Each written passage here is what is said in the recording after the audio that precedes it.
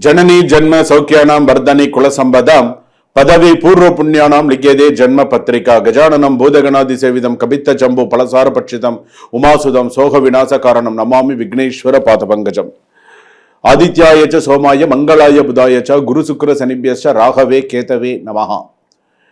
உலகெங்கும் வாழக்கூடிய next gen நேயர்கள் அனைவருக்கும் வணக்கம். நான் உங்கள் டாக்டர் வி ராஜ்குமார் சிவாச்சாரியார், மருத்துவ ஜோதிடர் பேசுகிறேன்.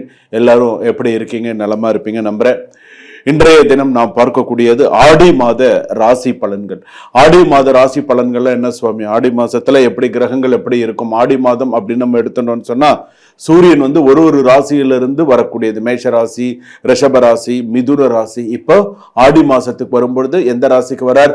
கடக ராசிக்கு வர்றார். கடக ராசியில யாரோட சேர்ந்து இருக்கார்? சூரியன் குரு ஜாதகத்துல ஒன்னா இருக்கார்.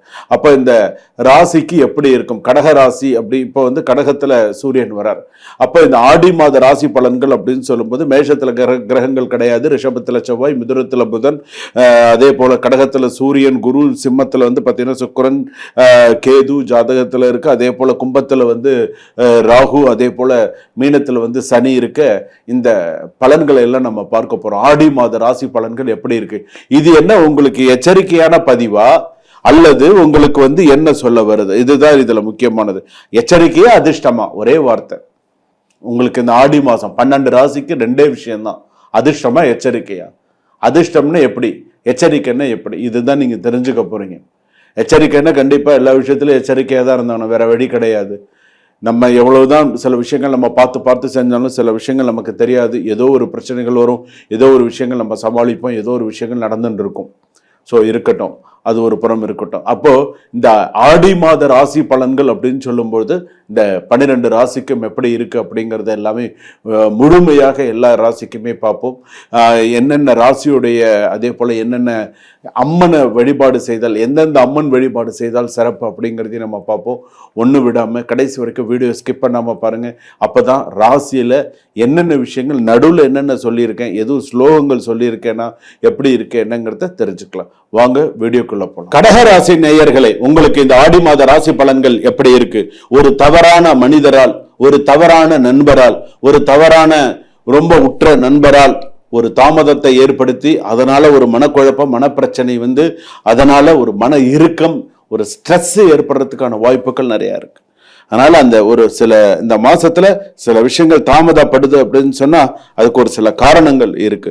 அதனால இந்த பலனை முழுமையா நீங்க பார்த்துக்கணும். ஃபர்ஸ்ட் விஷயம் என்ன அப்படின்னா 65% நல்லா இருக்கு, 65% தான் நல்லா இருக்கு. ஏன்னா ஜென்மத்துல குரு, ஜென்மத்துல இப்ப சூரியன் வேற. தகப்பனார் விஷயத்துல கொஞ்சம் கவனமா இருக்கும். உடல்நிலை, தகப்பனாருக்கு பைபாஸ் சர்ஜரி, தகப்பனாருக்கு பாத்தீங்க அப்படின்னு சொன்னா உடல்நிலை பாதிப்பு. தகப்பனார் பொறுத்த அளவுக்கு கொஞ்சம் நல்லபடியா இந்த ஒரு மாசத்தை நல்லபடியா கடகராசிக்காரர்கள் உங்கள் தகப்பனாரை நீங்கள் நன்றாக பார்த்து கொள்ள வேண்டும். உடல்நிலை பாதிப்பு, மருத்துவ செலவுகள் அதிகரிக்கும். ஏற்கனவே கொஞ்சம் உடல்நிலை பாதிப்பு இருந்துன்னு சொன்னா அது சற்று உயர்வதற்கான வாய்ப்புகள் உண்டு. அதனால இதெல்லாம் கொஞ்சம் கவனமா பார்த்துக்கிறது நல்லது. அடுத்ததாக பாத்தீங்க அப்படின்னு சொன்னா என்னென்ன மாதிரியான விஷயங்கள் நடக்கும் அப்படின்னு, வேலையில எல்லாம் ஓரளவுக்கு கொஞ்சம் சுமூகமா, ஆயில்யம் கடகராசி, புனர்பூச நட்சத்திர கடகராசி, பூச நட்சத்திர வேலையில எல்லாம் ஓரளவுக்கு சரியா இருக்கும்.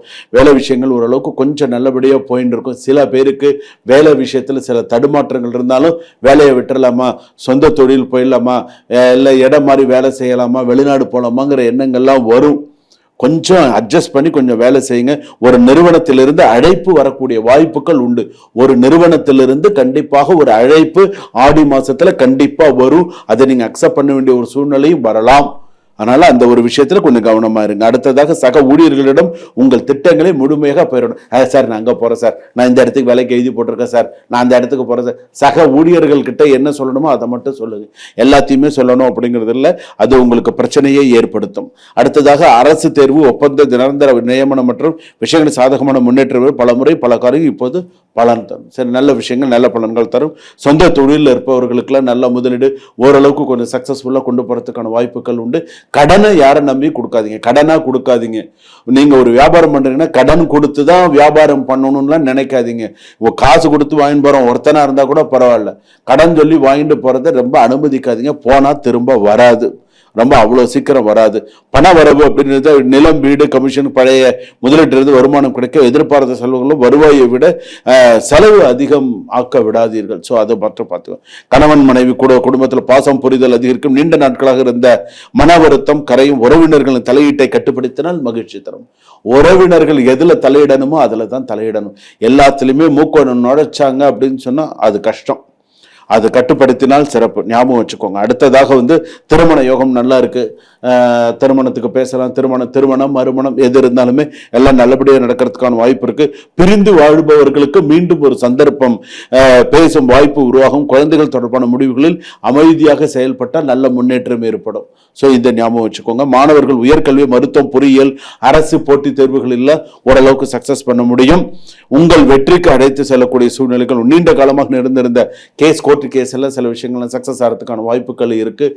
அதே போல பாத்தீங்கன்னா சிலர் புதிதாக உங்க மேல ஒரு ஏதாவது கேஸ் பதியறதுக்கான வாய்ப்புகளும் உண்டு. யாராவது தேவையில்லாம சொத்து விஷயத்திலேயோ வேற இட விஷயத்திலேயோ உங்களை ஏமாற்றுவதற்கான சூழ்நிலைகள் உண்டு. அதாவது நீங்க ஒரிஜினல் பத்திரம் உங்ககிட்ட இருக்கும், டூப்ளிகேட் பத்திரத்தை வச்சு உங்களை ஏமாத்துறதோ பிரச்சனை பண்றதோ உண்டு. ஸோ அந்த மாதிரி விஷயத்துல கவனமா இருங்க. பெண்கள் எச்சரிக்கையா இருங்க. பெண்கள் எவ்வளவு கொஞ்சம் கவனமா இருக்கீங்களோ நல்லது. இந்த மாசத்துல தொழில் உயர்வு, பணவரவு அதிகரிப்பு, குடும்ப ஒற்றுமை, சொத்து தொடர்பான நல்ல செய்தி, அரசு காரியங்களில் வெற்றி, சமூக மரியாதை உயர்வு. இந்த மாதத்தில் நீங்கள் கவனிக்கப்பட வேண்டியது உணர்ச்சி வசப்பட்ட முடிவுகள், தேவையற்ற கடன், நம்பாதவர்களிடம் ரகசியம் பகிர்வது, உணவு கட்டுப்பாட்டை புறக்கணித்தல், வாகனத்தில் அலட்சியம், அவசர முதலீடு, பிரச்சனைகள் இதிலெல்லாம் தலையிடக்கூடாது. இதெல்லாம் கொஞ்சம் எதெல்லாம் செய்யணும் எது பண்ணக்கூடாதுங்கிறது கொஞ்சம் நிறைவா கொண்டு போனீங்கன்னா நல்லது. பொறுமையுடன் எடுத்த முடிவுகள் எதிர்காலத்தில் வெற்றிக்கு வழிவகுக்கும் அப்படின்னு சொல்லியிருக்கு. உங்கள் ராசி என்ன அப்படிங்கிறத நீங்க சொல்லுங்க. முக்கியமா அம்மன் வழிபாடு, தட்சிணாமூர்த்தி வழிபாடெல்லாம் நிறைய பண்ணுங்க. முக்கியமா அம்மன் வழிபாடு, பாலா திரிபுர சுந்தரி அம்மன் வழிபாடு இதெல்லாம் உங்க ஜாதகத்துல சிறப்பை தரக்கூடியதாக இருக்கும். சிவாலயத்துக்கு போயிட்டு சிவபெருமானுக்கு வில்வத்தினால அர்ச்சனை பண்ணுங்க, நல்ல சிறப்பா இருக்கும். ஒரு விஷயம் நல்லா ஞாபகம் வச்சுக்கோங்க. மூன்றாவது நபரால் உங்கள் குடும்பத்தில் இருக்கக்கூடிய பெண்களுக்கு பிரச்சனை வரும். அது திருமணம் ஆன பெண்களாக இருந்தாலும் சரி, ஆகாத பெண்களாக இருந்தாலும் சரி, பிரச்சனை வரும். கவனம் தேவை. சுபம். வாழ்க வளமுடன்.